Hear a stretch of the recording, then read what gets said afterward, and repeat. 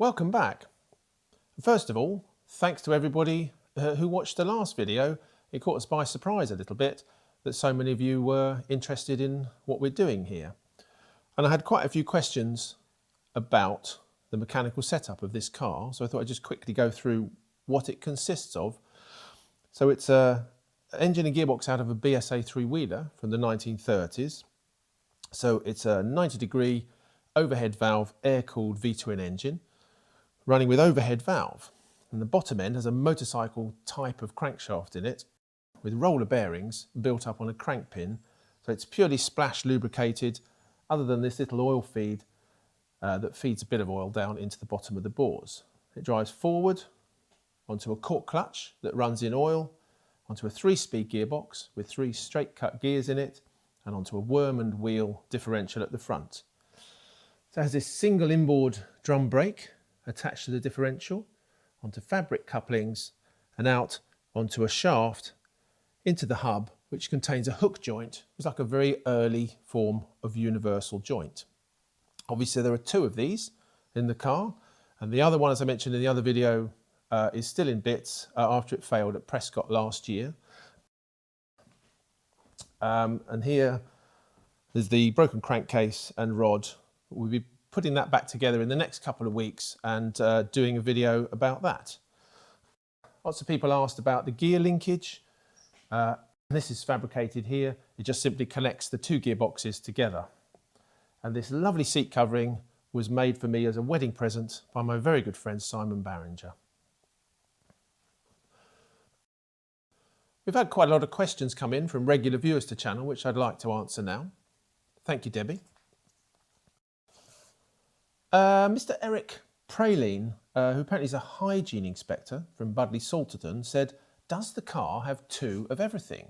Well, yes, Eric, it does have 2 of everything. It's got 2 engines, 2 clutches, 2 gearboxes, 2 differentials, 2 sets of shafts.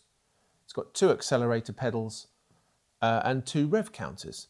And if you're playing top trumps with this car, it's a good card to have because it's got 16 leaf springs. And I hope that answers your question. We've had another question from Captain Gladys Stoat Pamphlet, who's from Beccles, who asks, how do you synchronise the engines? Well, the simple answer is, Captain Gladys, that you don't. The engines are quite low powered, so there's more grip than there is power. You just put your foot on the floor and it seems to work. I hope that answers your question, and I hope your spaniel gets well soon. We've got another question from a Russell Square, who's from London. He says, are the engines modified? Well, famously, John Bolster described these engines as being singularly unresponsive to tuning, mostly to do with the inlet system on it.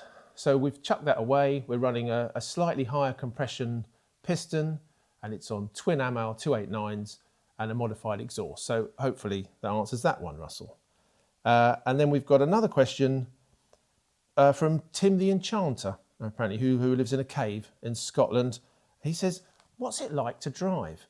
Well, the simple answer is, Tim, it's just like a modern car.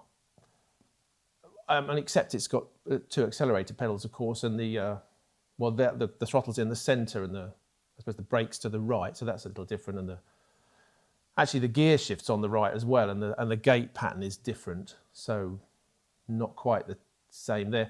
And you do have to adjust the ignition timing, the charge rate of the battery, keep an eye on the fuel pressure, and so actually, Tim, it's not anything like driving a modern car at all, but I hope that clears that one up.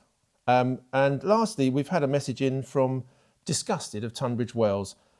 She says, motor cars are nasty, smelly things that should be banned, and that this afternoon, could we keep the noise down because she's trying to write a letter to the council. So that's a lovely message.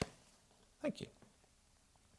So once again, thanks for watching. Don't forget to like and subscribe if you'd enjoyed it. Look out for some more content soon enough, and we'll be back soon.